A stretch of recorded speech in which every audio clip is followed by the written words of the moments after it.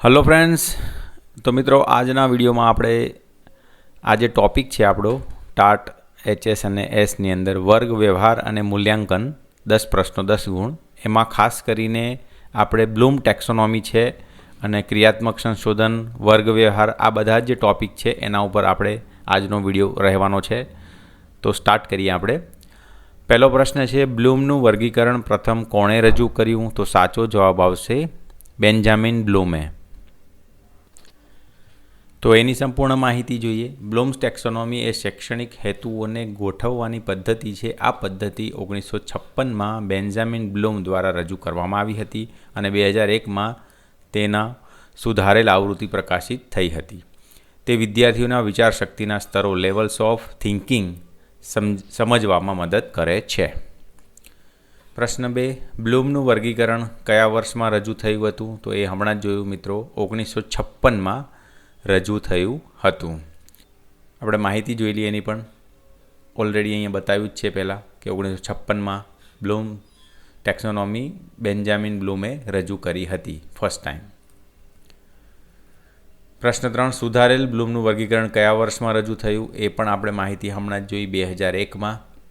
તો મિત્રો 2001માં બ્લૂમ્સ ટેક્સોનોમીનું સુધારેલ સંસ્કરણ નીચેના શિક્ષણવિદોએ તૈયાર કર્યું હતું: લોરિન એન્ડરસન અને ડેવિડ ક્રેથોલ. આ બંને સુધારેલું વર્ઝન 2001માં બહાર પાડ્યું હતું. એમાં મહત્ત્વપૂર્ણ વાત એ છે કે લોરિન એન્ડરસન જે છે એ બેન્જામિન બ્લૂમના વિદ્યાર્થી હતા અને 2001ની આવૃત્તિમાં ઘણા ફેરફાર થયા હતા. તો એ આપણે આગળ જોઈશું શું ફેરફાર થયા છે. પ્રશ્ન 4, સુધારેલ બ્લૂમનું વર્ગીકરણ કોને રજૂ કર્યું હતું? તો એ તો હમણાં જ જોયું આપણે, સી ઓપ્શન, એન્ડરસન અને ક્રેથોલ. આ બંને રજૂ કર્યું હતું 2001નું મોડેલ. એ આપણે માહિતી હમણાં જ જોઈ. અને 2001ની આવૃત્તિમાં મુખ્ય ફેરફાર, જૂના નામો નોલેજ, કોમ્પ્રિહેન્શન એટસેટ્રાને ક્રિયાપદ સ્વરૂપમાં બદલવામાં આવ્યા. રિમેમ્બર, અન્ડરસ્ટેન્ડ, એપ્લાય એ રીતના નામો કરી દેવામાં આવ્યા. ક્રિએટને સૌથી ઉપરનું સ્તર બનાવાયું. જૂના વર્ઝનમાં ઇવેલ્યુએટ સૌથી ઉપર હતું. તો આ બધા ફેરફાર થયા હતા. આગળ આપણે હજુ પણ ડિટેલમાં જોઈશું.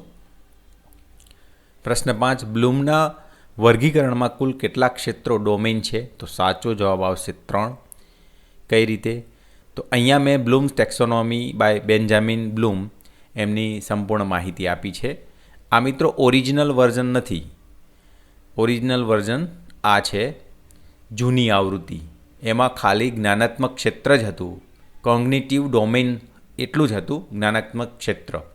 પછી એની અંદર ફેરફાર થઈને બીજું ક્ષેત્ર બુદ્ધિભાવાત્મક અને ક્રિયાત્મક ક્ષેત્ર આ બંને એડ થયા 2001 પછી.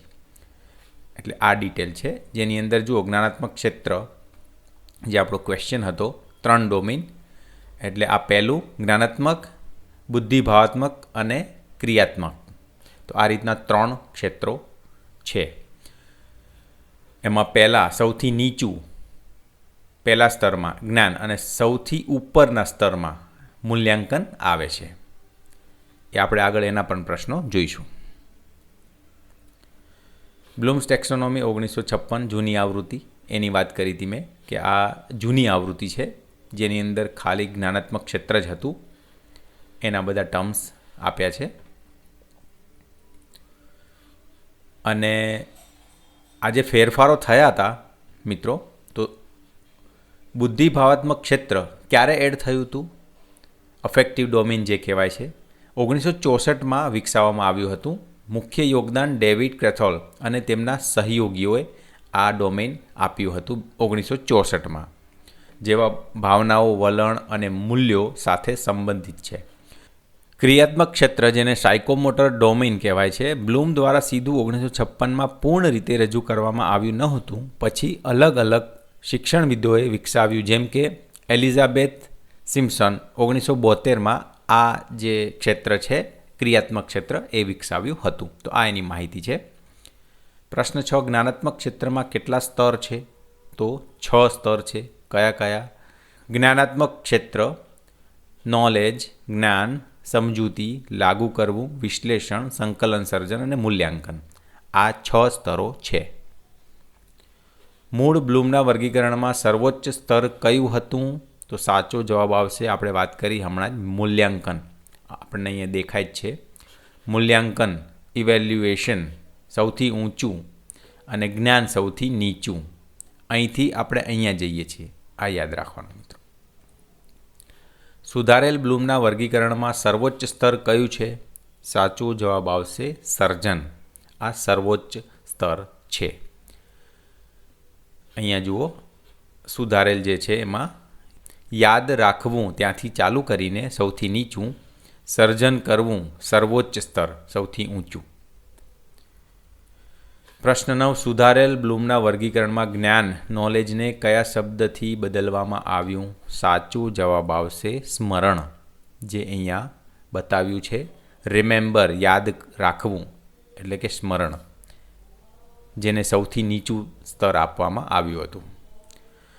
પ્રશ્ન 10. સમજ કોમ્પ્રિહેન્શનને સુધારેલ બ્લૂમના વર્ગીકરણમાં શું કહેવામાં આવે છે? સાચો જવાબ આવશે સમજવું, જે અહીંયા દેખાય જ છે. અન્ડરસ્ટેન્ડ સમજવું બીજા સ્તરમાં આવશે. પ્રશ્ન 11. સુધારેલ બ્લૂમના વર્ગીકરણમાં સંયોજન સિન્થેસિસને કયા સ્તરે બદલવામાં આવ્યું? તો સાચો જવાબ આવશે સર્જન, જે સૌથી ઊંચું ક્રિએટ સર્જન એ સ્તર છે. પ્રશ્ન 12. સુધારેલ બ્લૂમના વર્ગીકરણમાં કયા પ્રકારના શબ્દો વપરાયા? ક્રિયાપદ શબ્દો વપરાયા, વર્બ.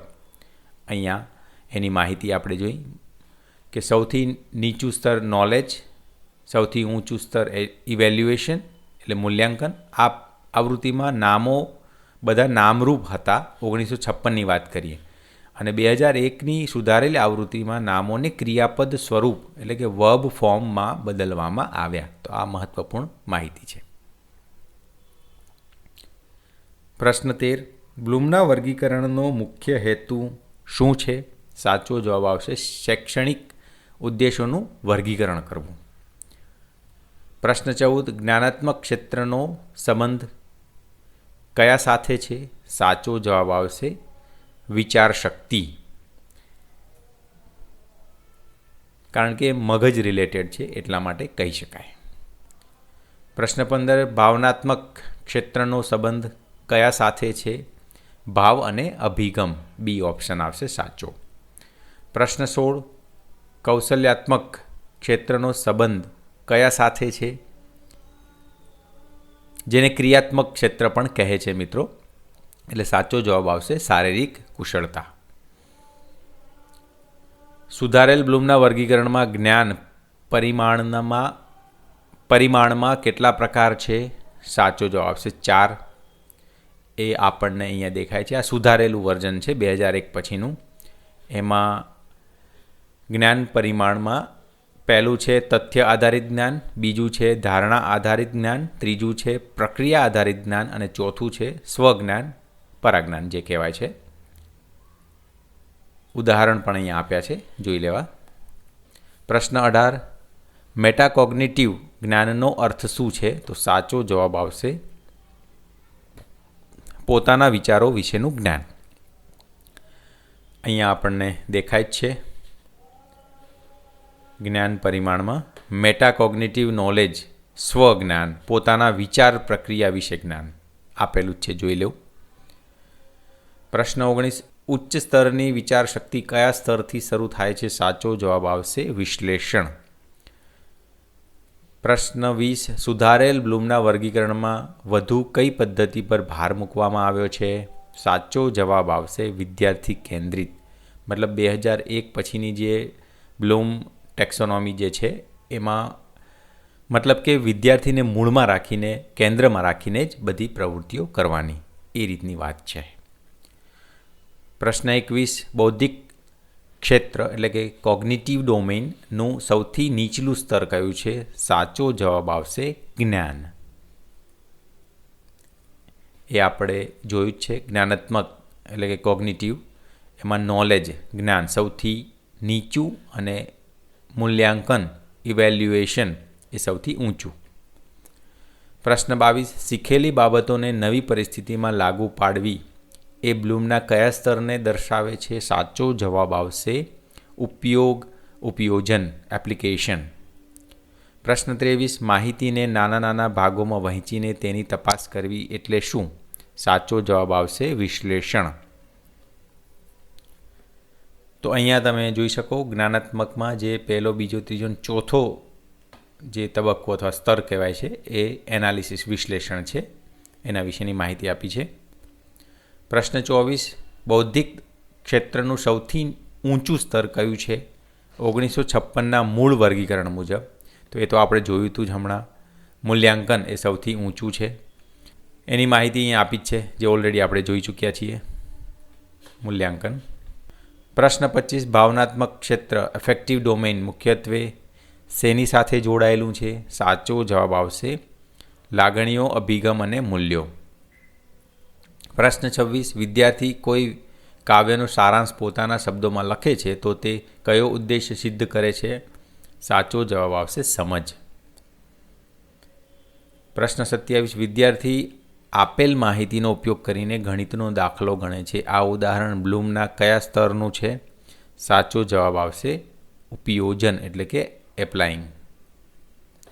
પ્રશ્ન 28, એક વિજ્ઞાનનો શિક્ષક વિદ્યાર્થીઓને પ્રયોગના પરિણામો પરથી નિષ્કર્ષ કાઢવાનું કહે છે. આ પ્રવૃત્તિ કયા સ્તરની છે? તો સાચો જવાબ આવશે એનાલાઇઝિંગ વિશ્લેષણ, સી ઓપ્શન.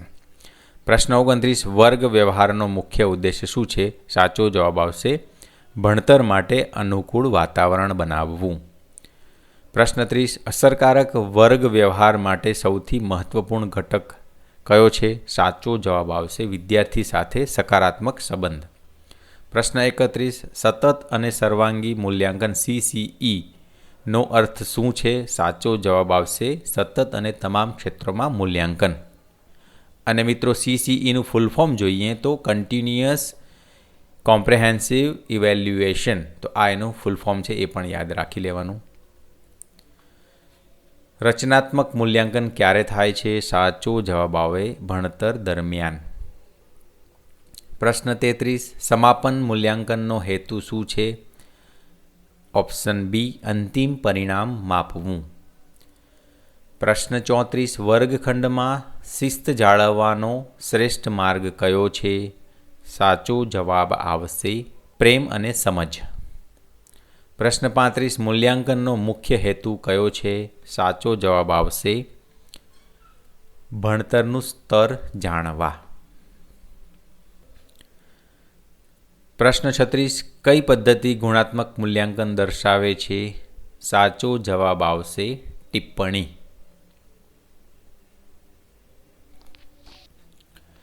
તો આના વિશે થોડી માહિતી જોઈએ તો ગુણાત્મક મૂલ્યાંકન જે અલગ અલગ ઓપ્શન વાઇઝ જે છે ને ગુણાંક, તો આ સંખ્યાત્મક છે. ગ્રેડ તો એ વિગતવાર વર્ણન અહીંયા કશું એનું મળતું નથી. પ્રદર્શનનું સ્તર બતાવે છે. ટિપ્પણી, કોમેન્ટ, તો આ સાચું ગુણાત્મક મૂલ્યાંકન છે મિત્રો.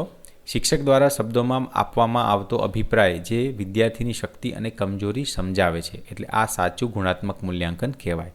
હવે માર્કશીટ જે છે આ માત્ર પરિણામ બતાવતું દસ્તાવેજ છે, મૂલ્યાંકનની પદ્ધતિ નથી. એટલે નિષ્કર્ષ જોઈએ તો આ સી ઓપ્શન ટિપ્પણી એ ગુણાત્મક મૂલ્યાંકન છે. પ્રશ્ન 37, વર્ગ વ્યવહારનો સંબંધ કયા સાથે છે? સાચો જવાબ આવશે શિક્ષક વિદ્યાર્થી સંબંધ. સકારાત્મક શિસ્તનો આધાર કયો છે? સાચો જવાબ આવશે પ્રેમ. પ્રશ્ન 39, મૂલ્યાંકન દ્વારા શું જાણી શકાય છે? સાચો જવાબ આવશે વિદ્યાર્થીની ક્ષમતા. મતલબ કે તમે જે પણ મૂલ્યાંકન કરો છો એમાં વિદ્યાર્થીને કેટલું આવડે છે, એ કેટલો સક્ષમ બન્યો છે એ જાણી શકાય. પ્રશ્ન 40, ઓબ્ઝર્વેશન પદ્ધતિ કઈ પ્રકારનું મૂલ્યાંકન છે? તો સાચો જવાબ આવશે સતત.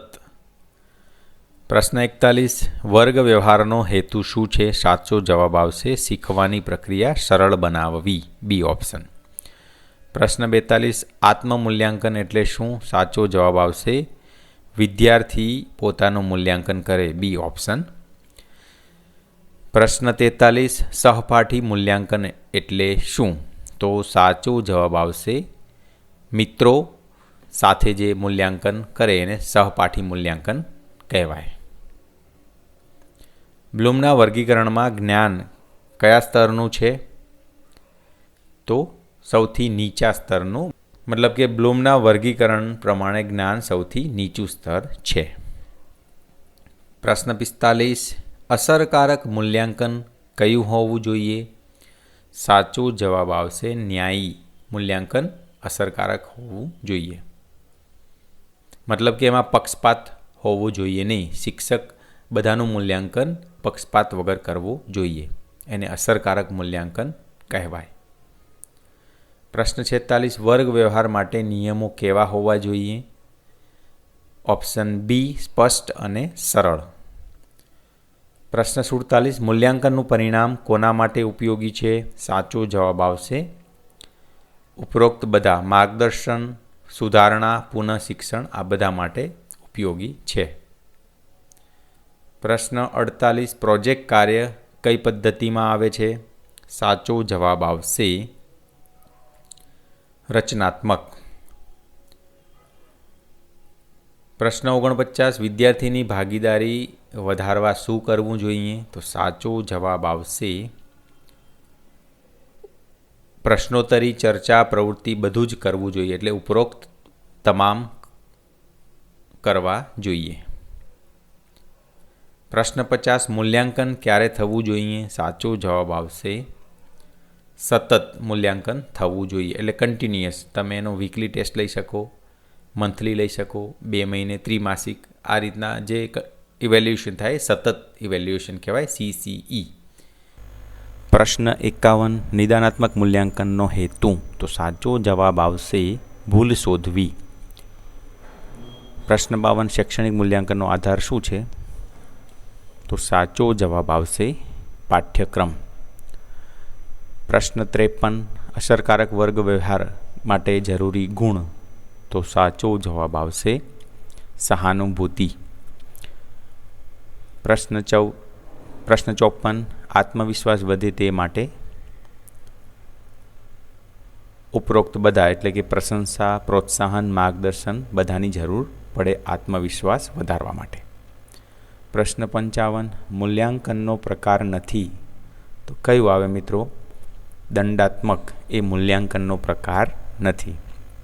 જ્યારે રચનાત્મક, સમાપન, નિદાનાત્મક આ બધા મૂલ્યાંકનના પ્રકારો છે. પ્રશ્ન 56. વર્ગમાં શિસ્ત માટે શ્રેષ્ઠ સાધન? સાચો જવાબ આવશે સંવાદ. પ્રશ્ન 57. મૂલ્યાંકન શિક્ષણ પ્રક્રિયાનો ભાગ છે? સાચો જવાબ આવશે મહત્વપૂર્ણ. પ્રશ્ન 58. વર્ગ વ્યવહારનો આધાર? સાચો જવાબ આવશે ઉપરોક્ત બધા, એટલે કે શિસ્ત, સંબંધ અને આયોજન. પ્રશ્ન 59. વિદ્યાર્થી સક્રિય બને. શેનાથી સક્રિય બને મિત્રો? તો આપણે ગેસ કરી શકીએ છીએ પ્રવૃત્તિથી સક્રિય બને. પ્રશ્ન 60. પ્રશ્નોત્તરી પદ્ધતિ ઉપયોગી બને.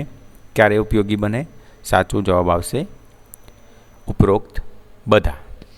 તો મિત્રો આ રીતના આપણે વર્ગ વ્યવહાર અને મૂલ્યાંકનમાં જે આખો ટોપિક આવે છે, મેઇન બ્લૂમ ટેક્સોનોમી અને એને રિલેટેડ પ્રશ્નો આપણે જોયા. તો આ વિડીયો કેવો લાગ્યો જરૂરથી કોમેન્ટ કરજો મિત્રો. અને આપણી ચેનલને હજુ સુધી જો તમે સબસ્ક્રાઈબ ના કરી હોય તો કરી દેજો. ધન્યવાદ.